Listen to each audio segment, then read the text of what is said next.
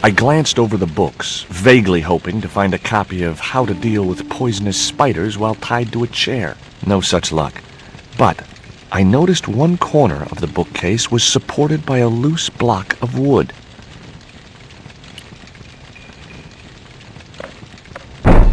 Maybe I'd been a little heavy-handed, but it was a question of survival. Of course, I was still tied to a chair in a burning house with no means of escape.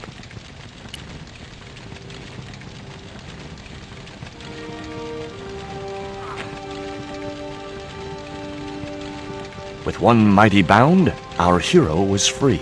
Now, I had to deal with that fire.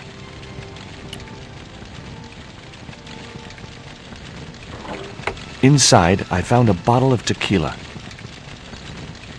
Normally, I didn't drink strong spirits, but today was far from normal. Ew. Disgusting.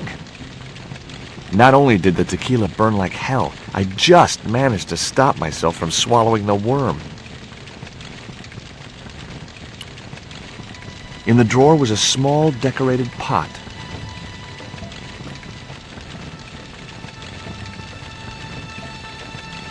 There was something short, fleshy, and gross on the carpet. It was the worm from the bottle of tequila. The pot contained a key.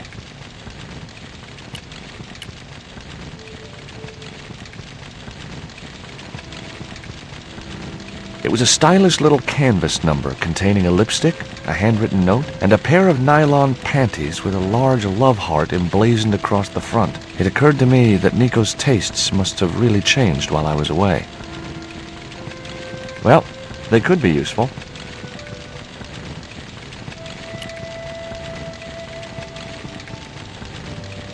That dart was sharper than a mosquito's business end, but this didn't deter me from getting it anyway.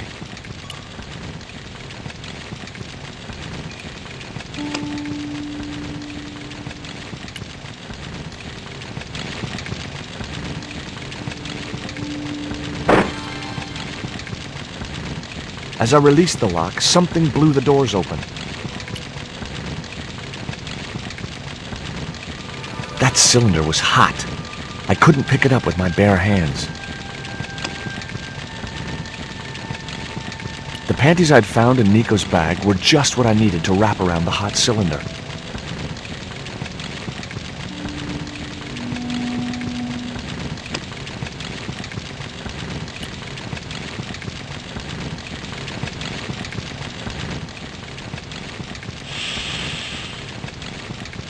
The cylinder gave out a faint hiss as the valve opened. Huh? Now I had one primed up and ready to use extinguisher.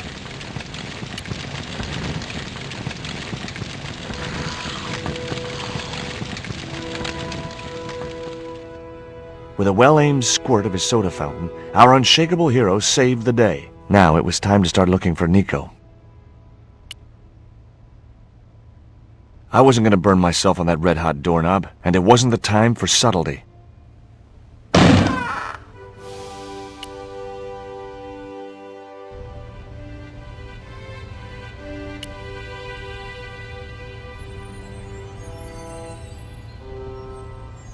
I'd found a piece of newspaper folded in two.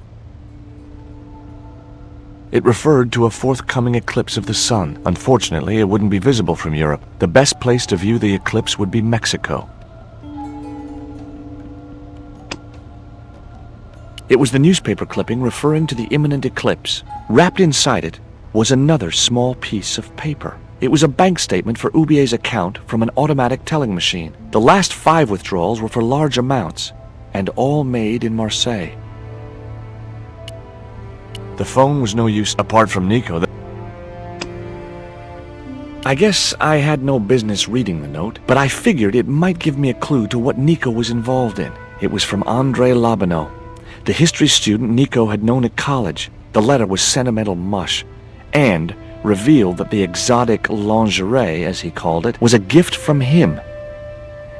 It gave his telephone number. Labanau figured himself as a rival for Nico's affections, but I couldn't believe that that creep was in the running. Much as I disliked him, Labino might be my only hope of finding Nico.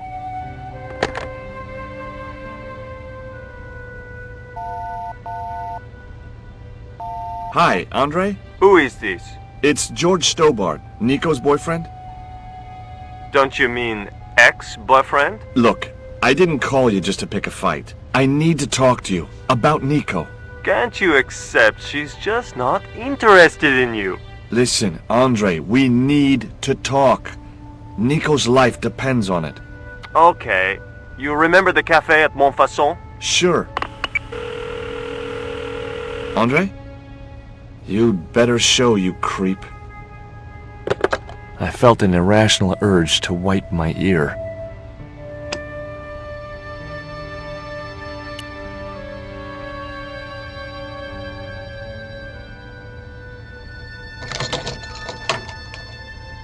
I unlocked the door. I wasn't looking forward to meeting Labino again, but he was my only link with Nico.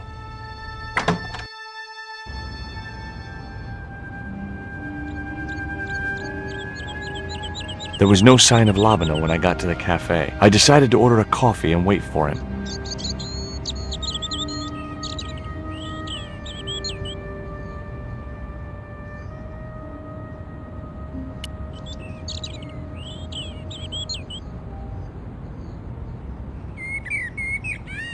Oh, garçon?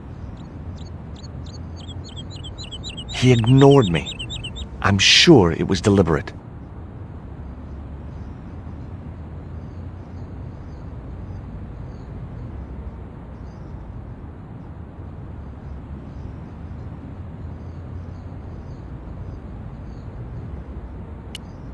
Pardon me, but don't I know you? Huh? You were here the day I found the catacombs. I was? Ah, yes. I remember you. Yeah. Are you still in the police force? No, not anymore. I'm a man of leisure. And what brings you back to Paris? My girlfriend. What it is to be young and in love. Will you share a bottle of wine with me? Hey, listen, I'd love to, but I need to keep a clear head. So my company isn't good enough for you. Why did you leave the police? I was forced to retire. The golden handshake. Only in my case it was more copper than gold. How come? I was made a scapegoat to cover up the department's inefficiencies. What do you make of this dart? I remember a case where the victim was killed with just such a device. The poison acted in seconds, causing his body to swell up like an inflatable life raft. Have you ever heard of a Professor Oubier? No, monsieur.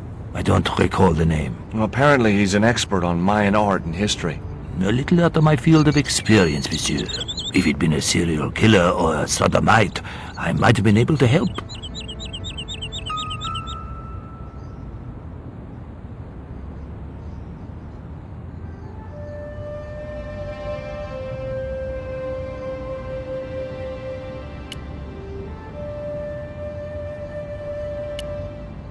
Tell me what you make of this note. From my years of experience, I gained a pretty good insight into handwriting. I'd say that note was written by a compulsive, obsessive type with an Oedipus complex. Hey, you've got just about everything apart from the ponytail.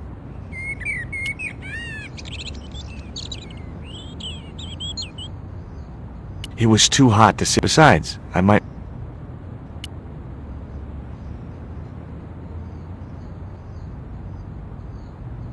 Hey, you. Quoi? I'd like a cup of coffee if you don't mind. When I finish serving this gentleman.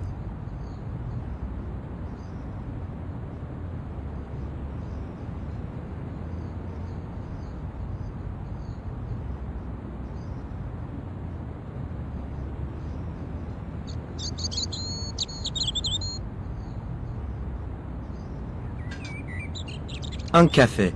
Thanks. Do you know a guy called Andre Labino? Oui, I know him. What of it? Well, I'm supposed to meet him here. Did I miss him? No, I have not seen him today. Have you heard of Professor Oubier? Oui, He married that actress, the little dachshund. They used to come here. The nutty professor and the movie star. If Ubier's wife was a movie star, how come I never heard of her? She was big in France. The world doesn't stop at Hollywood. Her stage name was Carol Climax. She died in suspicious circumstances. How did Ubier's wife die? I heard he shot her. And got away with it? He had a good lawyer and a watertight alibi. Why would an eminent public figure like Ubier risk everything for murder? He wouldn't be the first, would he? Besides, people like him always get off. Do you know that man over there? I should think so. He's a regular customer. That's all. Thank you.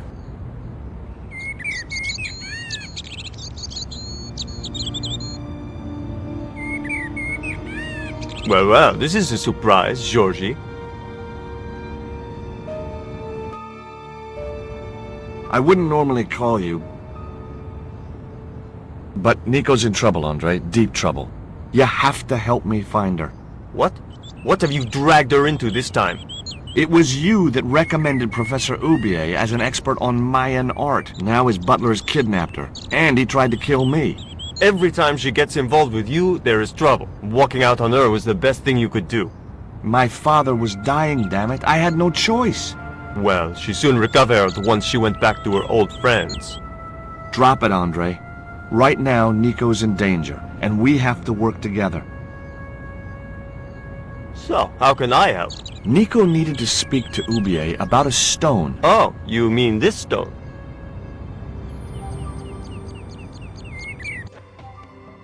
So that's what all the trouble's about. Precisely. Nicole told me to guard it with my life. Well, it's worth more than that, surely. Oh, very funny. What's funny is that your life really is on the line. What are you talking about? The stone is a Mayan artifact, dummy, and the guy who kidnapped Nico was from Central America. It was the stone they were after. Oh my god, you mean I could be in danger too? What do you suppose the carving on the stone means? I don't know. I haven't shown it to anyone. Why don't you just give it to me? I don't want your death on my conscience, George. Where did Nico get the stone? I'm not sure I should tell you. Oh, you should. It was something to do with smuggling. Why didn't Nico take the stone to Ubier? I don't know.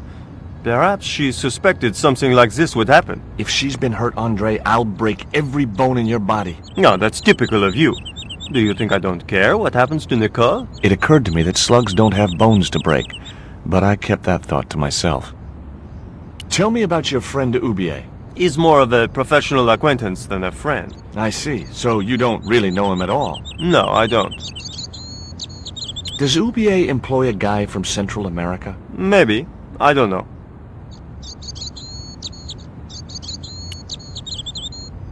What can you tell me about this pot? South or Central American, I'd say. I have a friend who'd be able to tell you more. Where can I find this guy? He owns a gallery on the left bank. The Gliese Gallery. See you later. Goodbye, Georgie.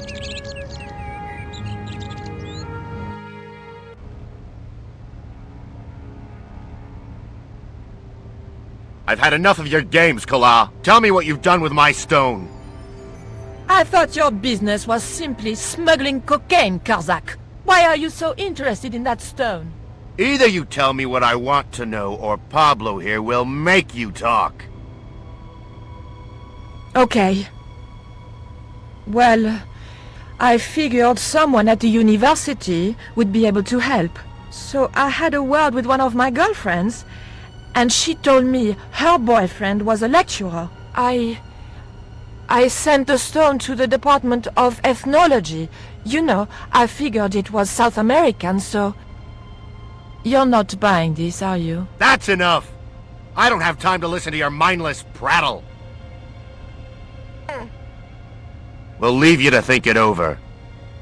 Come the morning, you'll be ready to talk.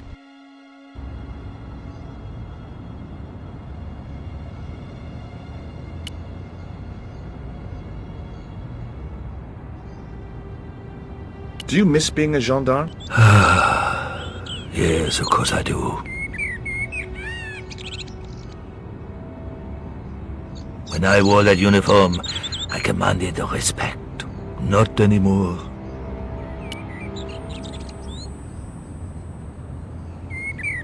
I grabbed the flask and was struck by a powerful smell of absinthe, a highly potent and illegal alcoholic drink. Now I had another lead. I could either go back to Ubier's house or visit the Glee's Gallery. The Glee's Gallery had style and class, but very few customers.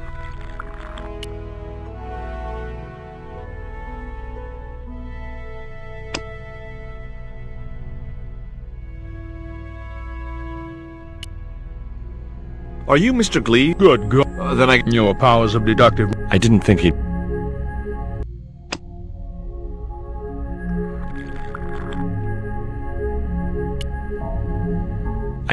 be interested.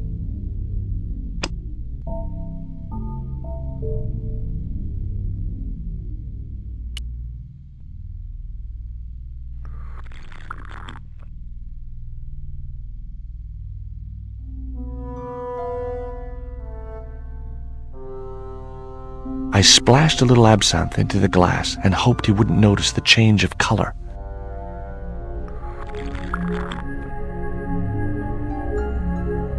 Did you put something in my drink?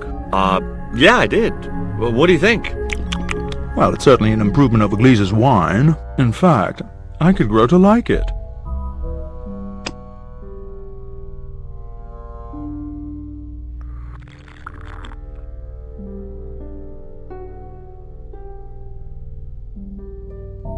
Allow me.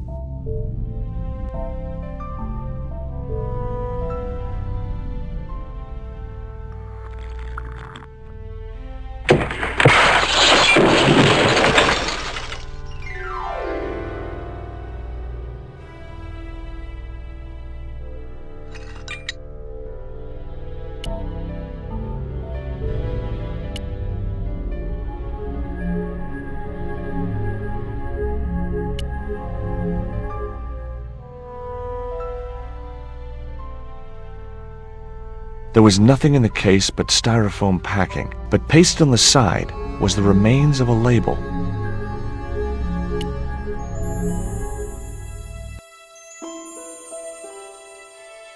Underneath the logo of a flying bird were the words Condor Transglobal Mars. The rest of the label was missing.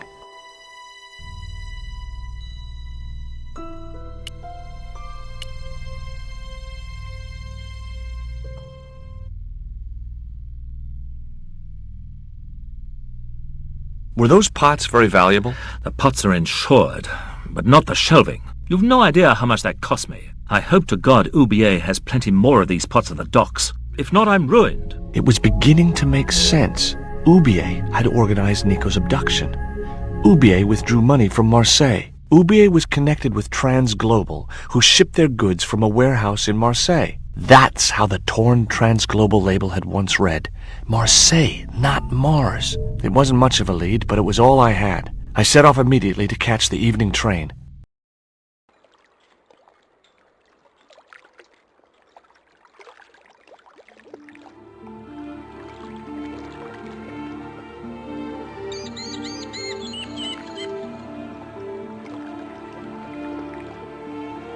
It was almost dawn when I arrived in Marseille. I traced Condor Transglobal to a desolate dockside.